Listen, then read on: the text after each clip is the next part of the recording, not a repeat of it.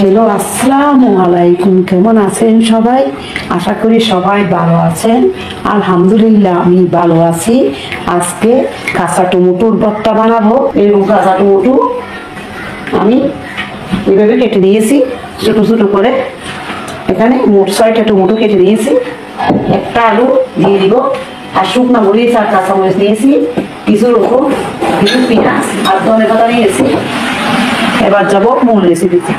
একটা প্যান দিয়েছি, এবার একটু সরিষার তেল দিয়ে দিব। এবার শুকনো মরিচ আর কাঁচামরিচ যে আমি নিয়েছিলাম এগুলো আমি দিয়ে দিব। আমি কাঁচামরিচ লাল মরিচ দুটো দিয়ে ভর্তা বানাবো। আপনারা ছোটো শুকনো মরিচ আর কাঁচামরিচ যে কোনো একটা দিয়েও বানিয়ে দিতে পারেন। ভাজা হয়ে গেছে, উঠিয়ে নিব। এবার রসুন যে আমি রেখেছিলাম এগুলিও আমি দিচ্ছি।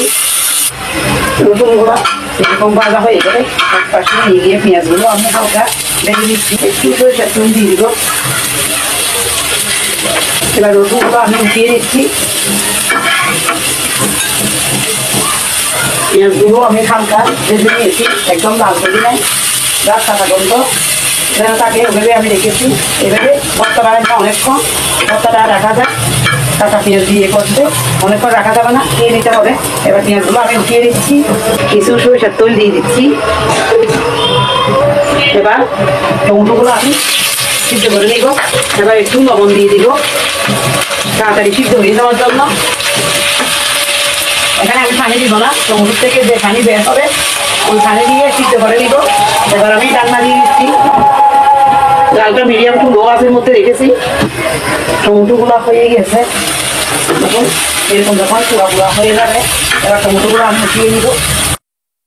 টমেটোগুলো একটা প্লেটের মধ্যে ঠান্ডা করতে দিয়ে দিয়েছি। ঠান্ডা হয়ে গেলে মেশ করে নিব। এটা সিদ্ধ আলু, এটা মেশ করে নিব। টমেটোগুলো ঠান্ডা হয়ে গেছে, এবার আমি হাতে মেখে নিব। টমেটোগুলো আমি মেশ করে নিয়েছি। এখানে যে একটা পাতলা চামড়া আছে এটা আমি নিয়ে ফেলেছি।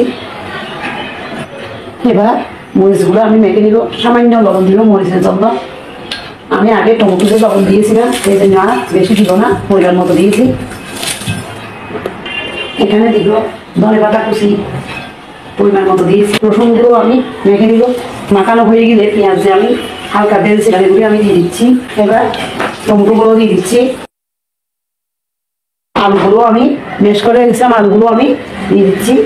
এবার কিছু সরিষার তেল দিয়ে দিব। আমি পরিমাণ মতো সরিষার তেল দিয়ে মেখে নিব। মাখানো হয়ে গেছে। দেখুন একটা প্লেটের মধ্যে আমি ভর্তাগুলা নিয়ে নিয়েছি। ভর্তাগুলো দেখতে যেমন সুন্দর হয়েছে, খেতেও অনেক মজা হয়। একবার হলো বাড়িতে এভাবে করে দেখবেন, আশা করি সবার ভালো লাগবে। সবাই ভালো থাকবে। আল্লাহ হাফেজ।